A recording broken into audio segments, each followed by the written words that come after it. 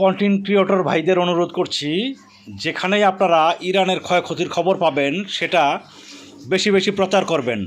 আপনারা লক্ষ্য করে দেখবেন পশ্চিমা মিডিয়াগুলো মানে তারা ইসরায়েলের কী ক্ষতি হলো সেটাকে তুলে ধরে, কিন্তু তারা যে ইরানকে বোম্বিং করে শত শত হাজার হাজার মানুষ মারতেছে সেটা দেখাই না।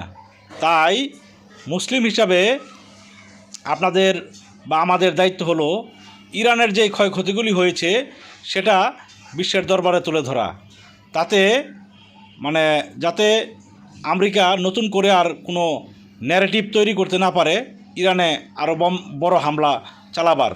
অবশ্য আমরা না বললেও ইরানে আবার হামলা করবে আমেরিকা, সেটা তারা তো আলোচনার মধ্যেই হামলা চালিয়ে দেয়, তাদের মনের ভিতরে হচ্ছে শয়তানি, এটা আমরা সকলেই জানি।